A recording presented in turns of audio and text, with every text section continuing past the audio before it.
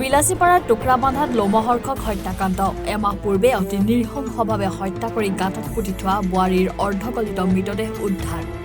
গুৱাহাটী বিলাসীপাৰা আৰু চাপৰ আৰক্ষীয়ে জেচিবিৰে গাঁত খান্দি উদ্ধাৰ কৰে ৰমেনা খাতুনৰ অৰ্ধগলিত মৃতদেহ এমাহ পূৰ্বে মহিলাগৰাকী অতি নৃশংসভাৱে হত্যা কৰি বস্তাত ভৰাই গাঁত খান্দি পাথৰ চাপ দি থৈছিল দুৰ্বৃত্তৰ দলে বিগত এমাহৰ পৰাই সন্ধানহীন হৈ আছিল ৰমেনা খাতুন ৰমেনা খাতুনৰ ঘৰ দক্ষিণ শালমাৰাৰ পাটাকাট গাঁৱত ৰমেনা খাতুন সন্ধানহীন হৈ পৰাৰ পিছত ভৰলুমুখ থানাত ৰমেনা খাতুনৰ মাতৃয়ে এজাহাৰ দাখিল কৰিছিল সেই এজাহাৰৰ পিছতেই গুৱাহাটী আৰক্ষীয়ে কেছ নং 188/2024 US 612/140/142/249 চি ধাৰাত গোচৰ ৰুজু কৰি তদন্ত আৰম্ভ কৰিছে হত্যাকাণ্ডৰ লগত জড়িত থকাৰ সন্দেহত ভৰলুমুখ আৰক্ষীয়ে ৰফিকুলৰ ভাতৃ হাজিবুল ইছলাম সহ আটক কৰিছে কেইবাজনো লোকক অৱশ্যে কি কাৰণত এই নৃশংস হত্যাৰ বলি হ'ল ৰমেনা খাতুন সেয়া এতিয়া ডাঙৰ ৰহস্য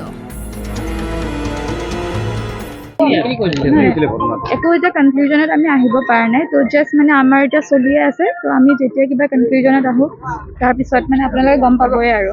কি হৈছিল এটা হত্যাকাণ্ড হৈছিল কেনে ধৰণৰ হৈছিল বা ইন্টেনশনটো কি আছে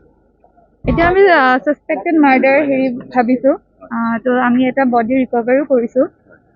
তো আমি এতিয়া মানে প্ৰচিড কৰিম এক্সিমিনেশ্যন ইনকুৱেষ্ট বুলি কয় সেইটো যোনটো বাৰীড বডিটো আমি ওলাই পিনে ইনকুৱেষ্ট কৰোঁ তো এতিয়া আমি ক্ৰাইম ৰিপেৰিয়েশ্যনটো কৰিম তাৰপিছত ইনকুৱেষ্টটো কৰিম আৰু তাৰপিছত আফটাৰ পষ্টমৰ্টেম আৰু ফৰেনচিকহে আমি মানে ডিটেইলছটো গম পাম যে একচুৱেলি হৈছিলে কি কিমান দিনৰ আগত আৰু ক'ত হৈছে এফআইআৰটো হৈছিল এইটো একচুৱেলি 3 নৱেম্বৰত হৈছিলে 3 অক্টোবৰত হৈছিলে তো আমি এনেকৈ ভৰলুমুখ থানাৰ আণ্ডাৰত হৈছিলে আৰু তো মই কামৰূপ মেট্ৰৰ পৰা আহিছোঁ তো বাছ এতিয়া মানে এইখিনিয়ে আমি নাই এতিয়া আমি সেইটো একো গম নাপাওঁ কোনে কৰিছে কেনেকৈ কৰিছে একো মানে আমি গম নাপাওঁ এতিয়া সেইবিলাক আপুনি পুলিচৰ হেৰি সুধি লওক মই ডিষ্ট্ৰিক্ট এডমিনিষ্ট্ৰেশ্যনৰ পৰা আহিছোঁ পিছত মানে যেতিয়া প্ৰচিড হ'ব আপোনালোকে গম পাবই একিউজজনৰ নাম আমি ক'ব নোৱাৰোঁ এতিয়া কাৰণ তেওঁ এতিয়াও একিউজ হয় একো মানে এতিয়ালৈ প্ৰুফ হোৱা নাই ন যেতিয়া আপোনালোকে মানে কনক্লুজনত কিবা আহে আপোনালোকে গম পাবই ভিক্টিমজনী ৰমিনা খাতুন তেওঁৰ বডিটো আমি মানে হেৰি কৰিছোঁ ৰিকভাৰ কৰিছোঁ তেওঁৰ ঘৰ একচুৱেলি তেওঁ ঘৰটো গম নাপাওঁ কিন্তু তেওঁৰ হেৰি দিছিলে মাকে কমপ্লেইন দিছিলে ভৰলুমুখ থানাত তো সেই হিচাপে আমি আহিছিলোঁ